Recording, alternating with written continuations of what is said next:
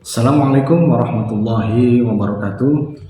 Perkenalkan, nama saya Muhammad Farhan Habib dari SMP Al-Hikmah Surabaya. Pada kesempatan kali ini saya akan melakukan praktik baik yang semoga apa yang saya lakukan ini bisa dijadikan referensi untuk Bapak Ibu sekalian dalam pembelajaran sehari-hari. Pada awal tahun pelajaran 2022-2023, pertama kali ketemu dengan anak-anak, saya merasa bahwa kelas ini sangat monoton gitu ya, kurang begitu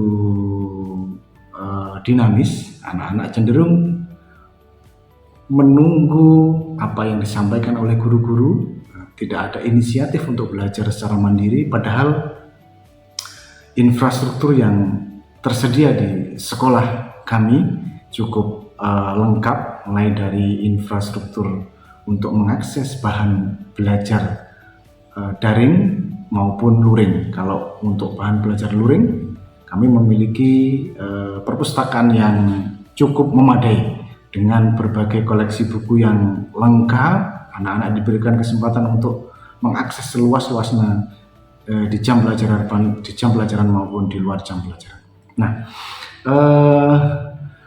untuk mengatasi hal ini, saya memiliki beberapa kendala. Kendala yang pertama adalah mereka memiliki alat, gadget, laptop ataupun handphone yang bisa mereka manfaatkan untuk belajar. Namun mereka lebih banyak memanfaatkannya untuk kegiatan-kegiatan di luar pembelajaran. Misalnya dijadikan dia mengakses game atau hiburan dan lain sebagainya. Itu yang pertama. Kemudian yang kedua, mereka memiliki kecepatan belajar yang sangat berbeda-beda. Sehingga disinilah tantangan yang saya hadapi. Nah, apa yang saya lakukan? Yang pertama, ketika sebelum memulai pembelajaran, saya melakukan tes diagnostik terlebih dahulu untuk mengetahui bagaimana profil belajar mereka. Itu yang pertama. Kemudian yang kedua, saya berkonsultasi, berdiskusi dengan guru BK di sekolah kami. Kebetulan ada guru BK khusus untuk kelas 7 ini. Jadi saya ingin melihat profil belajar mereka, catatan-catatan yang ada di BK. Di situ saya temukan bahwa dalam kelas yang saya ajar ini memiliki profil belajar atau kecenderungan belajar yang berbeda-beda. Ada 3 kelompok di situ oleh BK mengelompokkan, yaitu ada gaya belajar visual, auditory, dan kinestetik. Itu bekal yang pertama. Kemudian yang selanjutnya, saya melihat hasil tes akademik di mana mereka memiliki kecepatan belajar yang berbeda-beda. Ada yang kelompok yang cepat, ada yang memang sedang, ada yang memang perlu dorongan dari teman-temannya. Nah, kemudian setelah itu, dari hasil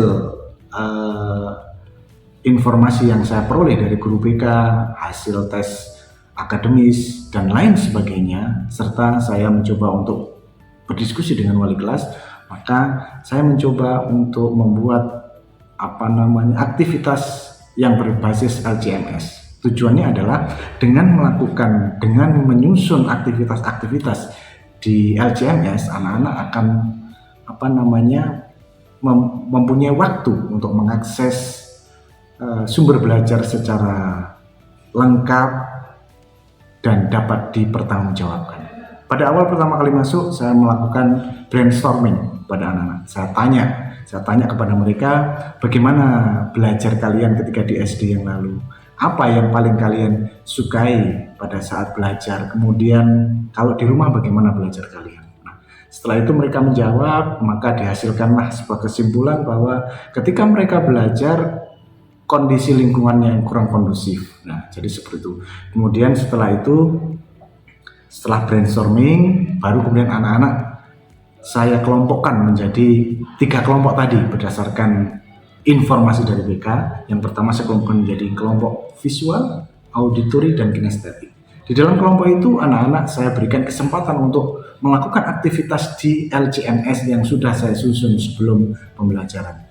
Masing-masing kelompok bisa berinteraksi antara satu dengan yang lainnya. Mereka diberikan keleluasaan untuk mengakses sumber belajar baik luring maupun daring. Kebanyakan mereka akan memanfaatkan sumber belajar yang daring karena di sekolah sudah tersedia infrastruktur yang mumpuni. Nah, kemudian mereka saya minta untuk presentasi, ya, presentasi masing-masing aktivitas yang sudah dilakukan per kelompok tadi.